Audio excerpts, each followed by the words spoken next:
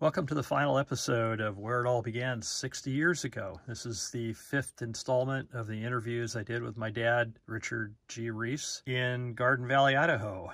This one will be a continuation of what happens after Dad got blackballed. I'm Eric Reese. I sell real estate for a living, but I fly and instruct in the Aerostar for fun. Join us on our travel and training adventures in the world's fastest light piston twin.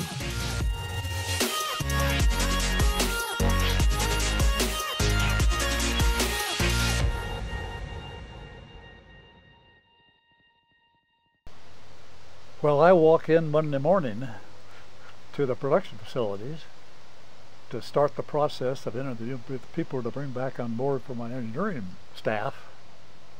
And TR sitting there at the door when I walk in, and we had a conference room right off of the entrance to the door to the manufacturing thing. So it opened up to the 20,000 square feet or whatever it was of manufacturing. And all the manufacturing people who had been laid off were all standing there waiting to find out whether they're going to be rehired or continue to lay off. So they were in earshot of all this. Well, it happened that all the butler people, the brass, were sitting in this room with the door open, and they could hear everything that was going on. And TR lit into me. He chewed me out. He said, "How dare you getting Ron and myself fired?" I said, "TR, I didn't know that. I had nothing to do with that. I was fired too." "Oh, you did too, boy."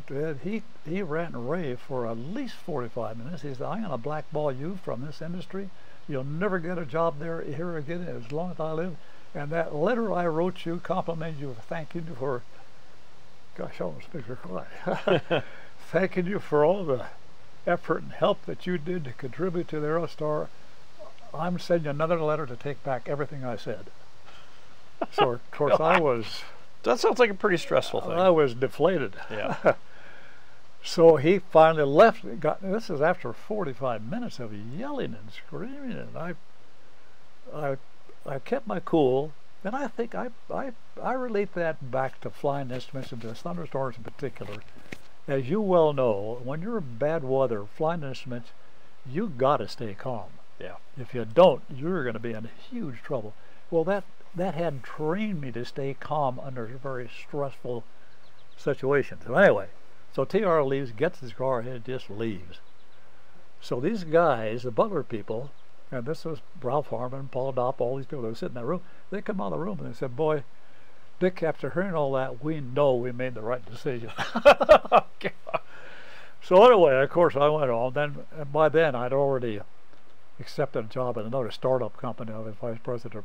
And that's because Butler's plan was to move, everything back to so I Kerrville. was still there, and they were going to move everything back to Kerrville, which I didn't want to go back to Kerrville because I felt Paul Dopp was a snow job.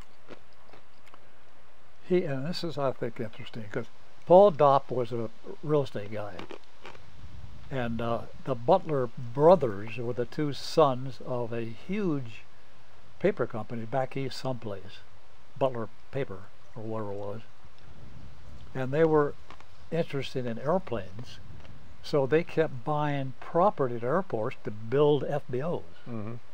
So they had found Paul Dopp, who was a realtor specializing in airport real estate, and he kept buying real estate for them, but somehow through his finagling, and he was a con artist, because he was president now, Paul Dopp, Butler Aviation. So he would come out. Well, so they left the engineering at Van Nuys to complete the development of the pressurized Aerostar, and then everyone else moved to Kerrville. And I told my guys, I said, I think Paul Dopp's a con artist, and I think his whole purpose. Well, let me back up a little bit.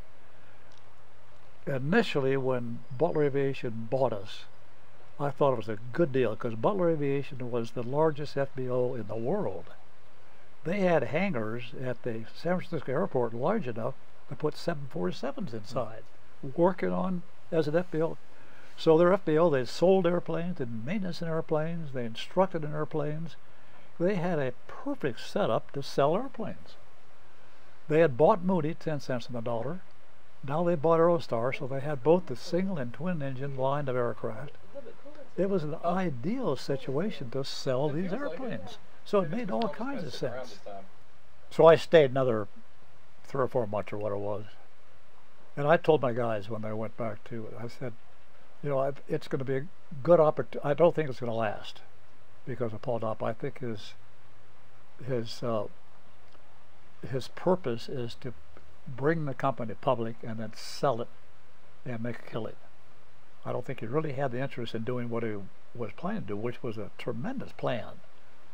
So I said, but I think it'll be a good opportunity for you guys to go back there because you'll escalate in your engineering probably 2 or 3 spots up.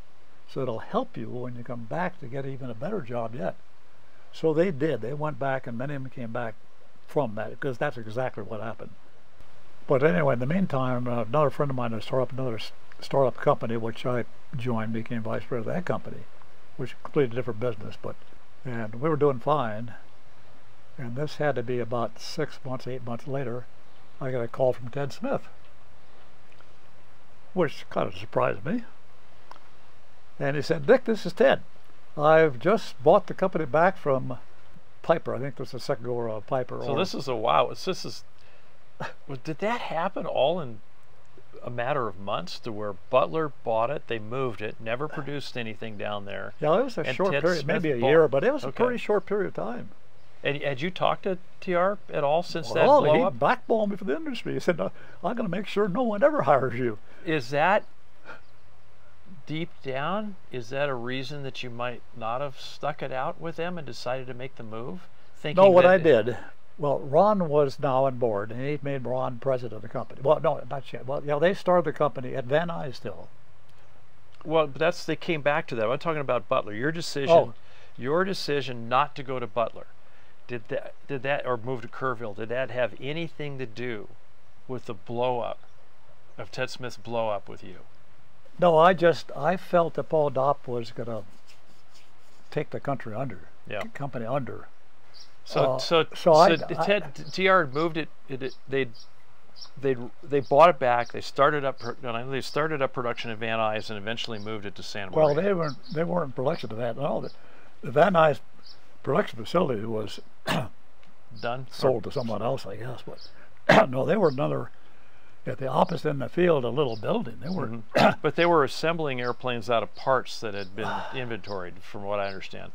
That may be. I was not involved, so I don't know those details. They were working on airplanes, but he was obviously working on finance to start up again, which he got those finance from, I don't know who he got it from, but he got those finances from someone and then started up in Santa Maria. And that's when they were still at Van Nuys when he called me. He said, Dick, let's forget the past. And I'd love to have you come back on board again. And we're starting up, and we're going to be going to Santa Maria and start up again. And we'd love to have you come on board and join us. And I thought to myself, you know, rather than go through all this again, I was very happy, not in the airplane business, but what we were building pollution control equipment, big stuff that's been sold all over the world now. And that was all my design too. But anyway, that has nothing to do with it. But I said, you know, if I'm going to start up again, which I'd love to do because I just love the Aerostar, it was me. But, you know, I don't want to do it under this unless I can get something out of it. Yeah. I said, TR, I would love to do it, but I would want to get a piece of the action this time and not just start from nothing. And he said, well, Dick, I can't do that.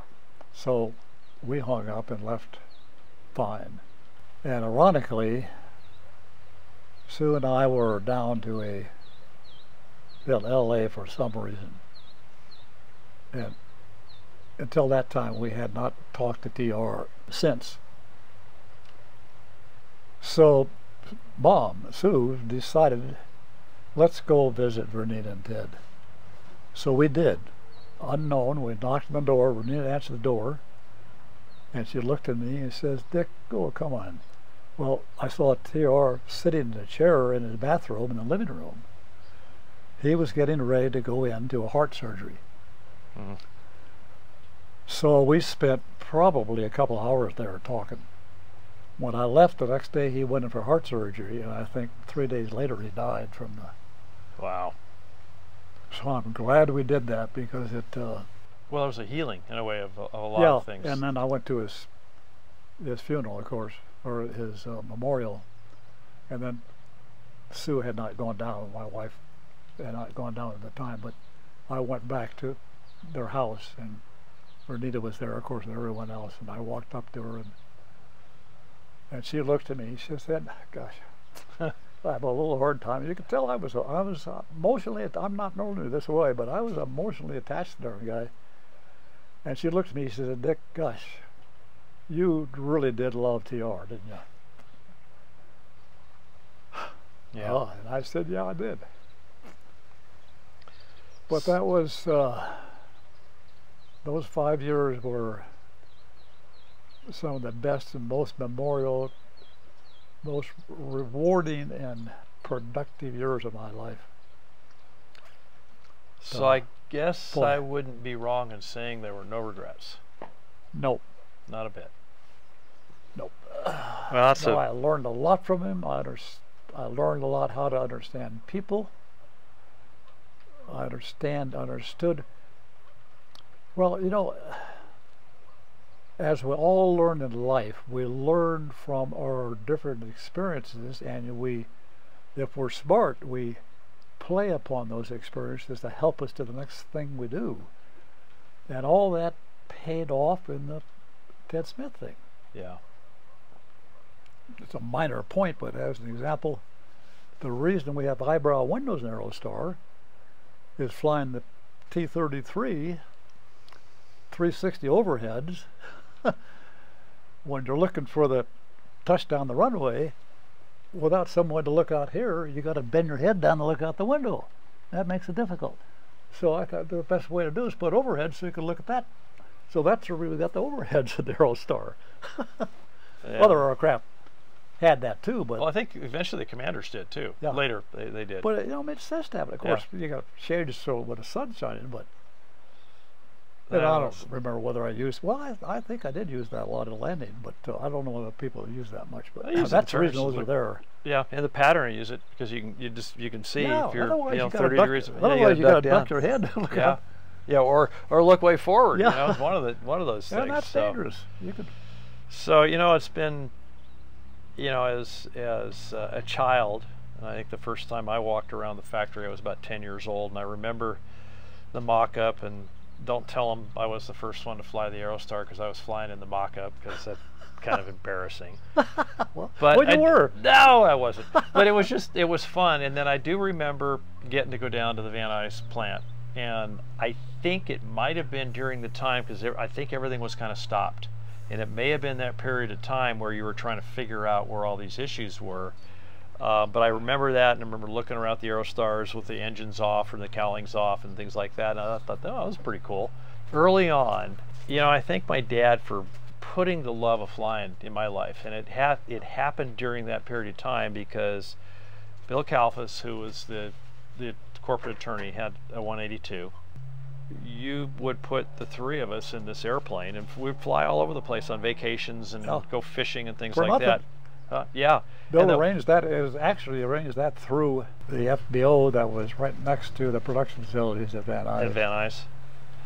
But the thing that I remember most, and the first memory that I have of flying in a small airplane, was there was a couple things. One, I was with you when you were doing some instrument training. I think I was in the back seat, and on this particular one that I really remember, and I think I could barely reach the rudder pedals, if at all, but we're in the 182 at night flying over Dodger Stadium during a game, which you could not do today because of the TFRs. I mean, those are just things that probably lit that fire in my life to go learn how to fly.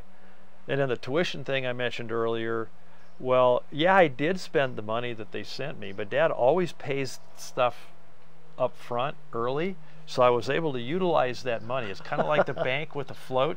I learned how to do that.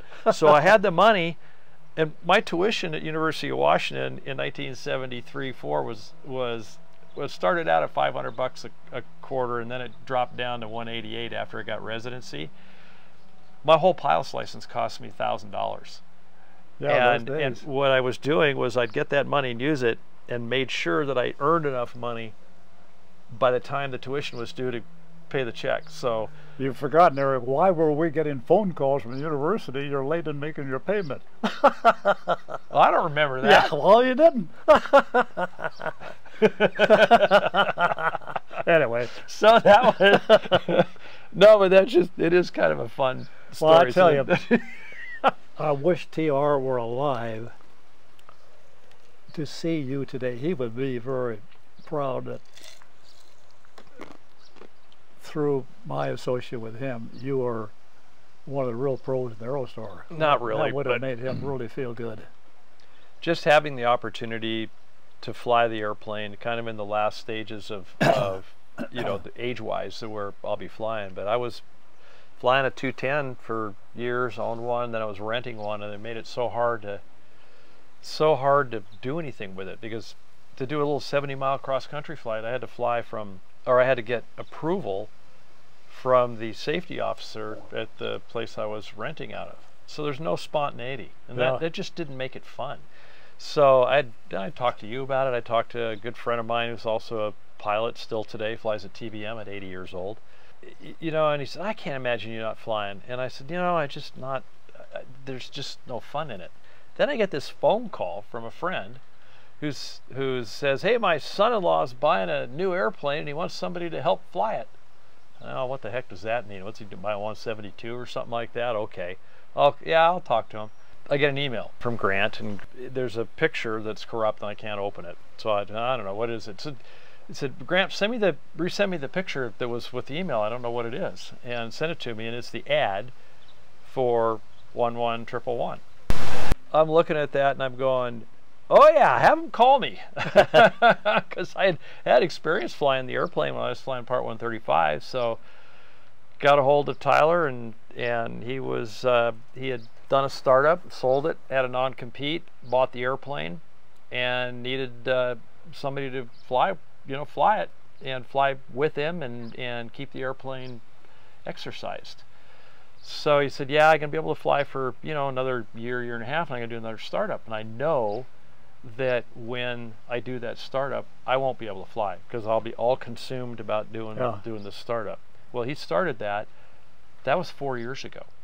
So he said, Eric, just treat the airplane like it's yours, call it yours, take care of it, make sure it's maintained, fly it as much as you want, because I know the best thing in the world for the airplane is to fly it.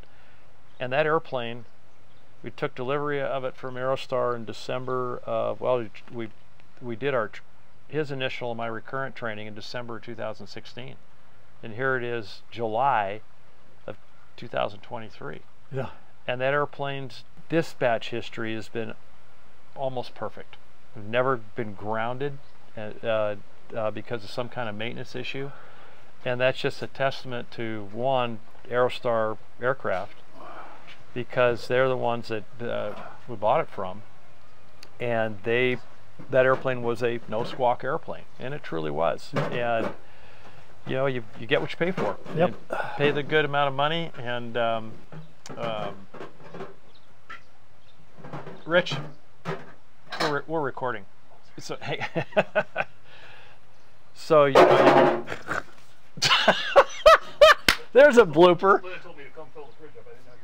Yeah, we're recording. Anyway, so it's been a great. I mean, it's a testament to Aerostar, and there's too many of them out there that have got all kinds of issues that have, just because of neglect and putting things off and not fixing them, and you end up spending a ton of money. But anyway, I think that'll do for today. If you like the video, make sure you subscribe and like and press the bell. Well, thanks for watching, you guys. I hope you enjoyed this as much as I did, spending the time talking with my dad over the past couple of hours. We'll try to do some more of these in the future. Maybe we'll get something done with the jet. So if you like, go ahead and subscribe. I think I already said that.